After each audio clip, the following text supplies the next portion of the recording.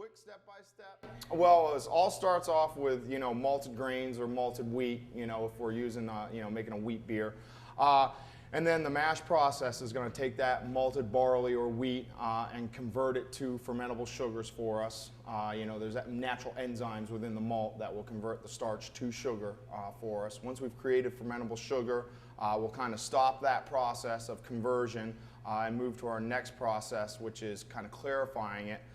Because when you're brewing all malt, you never want to move the solids along. We just want the liquid, so we want that sugary rich liquid. It's called wort, is what it's called. We want to send that over into the kettle, boil it, and add our hops for bitterness and add our hops for flavor and aroma with like I say, with all that malt staying behind in the mash tun.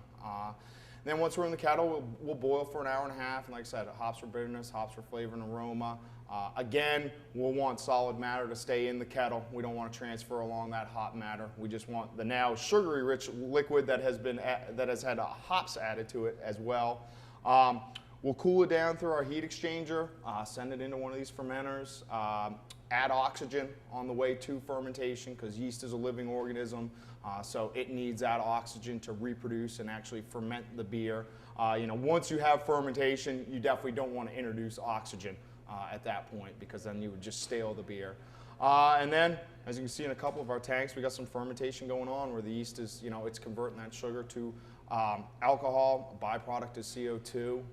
And then anywhere from about 2 weeks is the quickest beer we can produce, and longer beers would be 28, 35 days.